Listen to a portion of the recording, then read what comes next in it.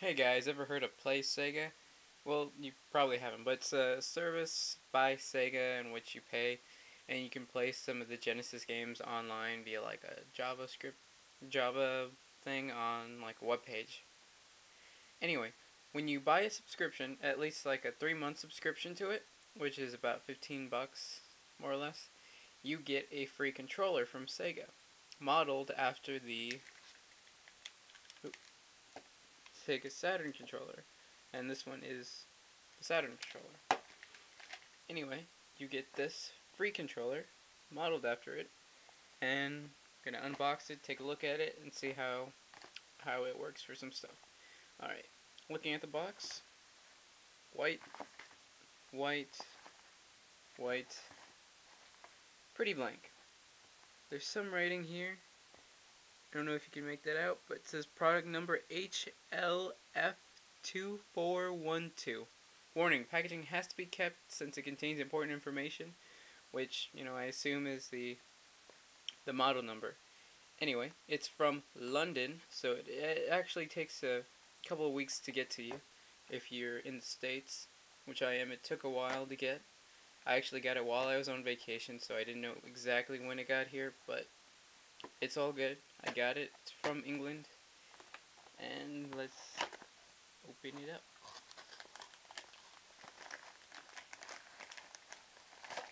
First thing you're going to notice, nothing else in the box. And I don't know if I'll keep it. Anyway, here it is, the PlaySEGA USB. Oh, did I mention that? It's a USB controller meant to be used with the PlaySEGA service.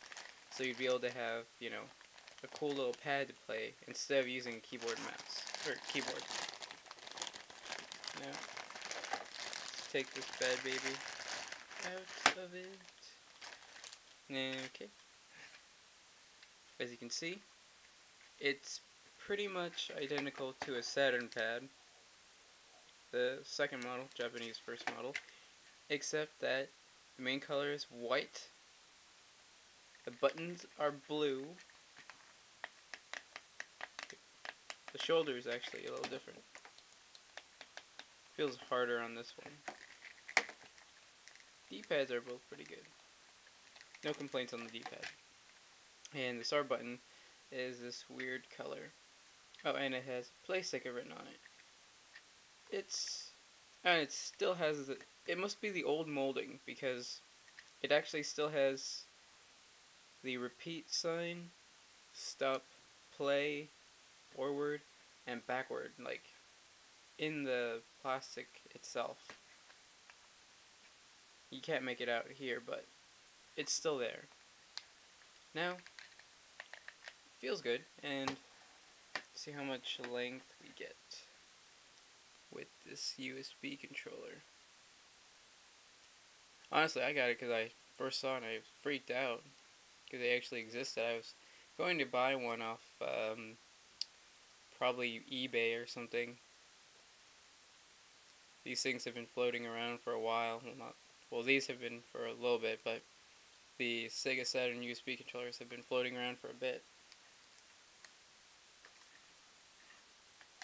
You've got it's a good length, If you're gonna be plugging it into your, it just ends in the USB. It just has a USB icon. If you're gonna be putting it into your PC or laptop, you don't need a lot of length. But there's something else you might want to use it for. And the back just says propaganda, item number HL, and it gives the number again. Pretty cool. I'm liking it so far. Let's see how it works. Oh, the reason I got it was to be played with some fighting games on the PlayStation 3, since it's a USB controller. And you know what? More than just PlayStation 3 games. Gundam Battle Assault, the original Rayman, heck, even Spider-Man 2. Although more recently I've acquired Midway Arcade Treasures 2, since it has Mortal Kombat 2, 3, Rampage, Gauntlet 2, and a lot of good games that I like playing. Anyway, let's see. Oh, alright, so I've hooked up the controller, and first of all, does not work with PS2 games. The controllers themselves, such as the 6-axis, it turns off when you start up the game, and then you have to press the PS button to, turn on the controller for that game on PS2 backwards compatibility. And it does not recognize this at all. It might just be a USB controller thing, but it doesn't work for PS2 compatible games, so there goes that. And I tried, having the 6-axis, then switching it to another player, so maybe it would recognize this, to no avail. So, then, I actually was wondering why the button mapping was actually it was actually kind of weird, because I figured this would have been, X, circle, square, triangle. Then maybe R1, R2, or R1, L1. I thought those would be shoulders. Okay. But I went to the web browser and started, moving around with this, see what it would do. I was able to move the cursor with this. So right away, we know that the D-pad on this is actually the analog stick on this. And I've done the little map here. This is actually L2, R2. Don't need that there, but it's not too much of a problem.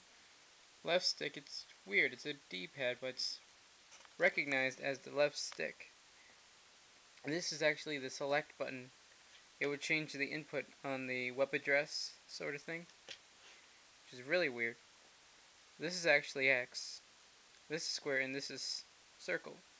They're right next to each other, but it's weird. Not what I actually expected it to be. And then, triangle, so your button layout is like that, instead of a, square. It's an L. Then L1, R1. They're right next to each other. I guess that's alright.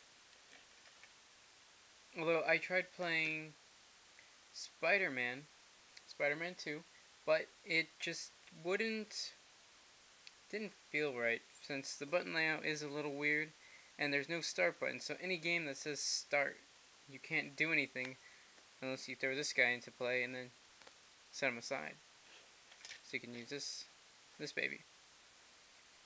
And I'm rather disappointed by this. It you can use it on PlayStation 1 games, and you can't use it on PS2 games, but I'll let that pass, since you can't use any not this controller on those anyway, so I'll let that pass for now. Although I am very disappointed, but it's not their fault. So, now I think I'll try a PS3 game, although I don't believe I have one that would be a 2D supporting game. Be right back. Alright, I figured I'd show you right away, just really quick, that it does not recognize the USB controller when it's plugged in. PlayStation 1 is as well. It's only reading that there's one player. Alright.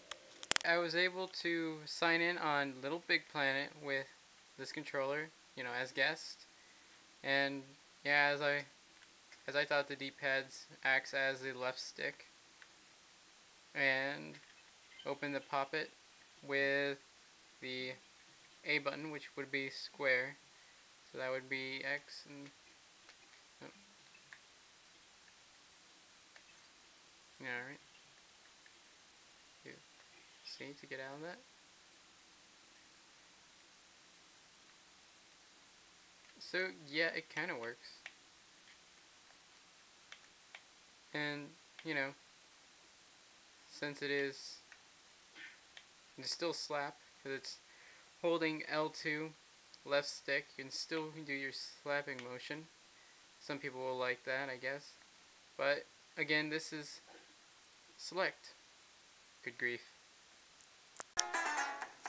Alright, to be fair, I was looking at this controller from a perspective of, okay, I'm going to use it for the PS3, but in truth it's a USB controller. So, I'm playing the Fusion generator, emulator rather, for, Sega Genesis 32X. I'm playing the 32X version of Mortal Kombat 2, and we're going to see how it goes. You have to switch it over. We're just going to see how it plays. I've mapped the controller to my liking to, well, to what it would actually represent: A, B, C, X, Y, Z, mode, start. Picking Reptile, of course. And I'm just going to be switching through a couple of games, just, see how it plays.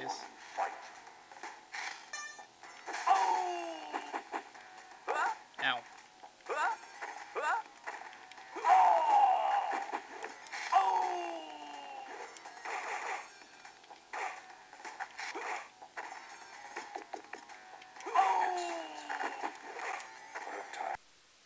So in the end, do you need to get this controller? No.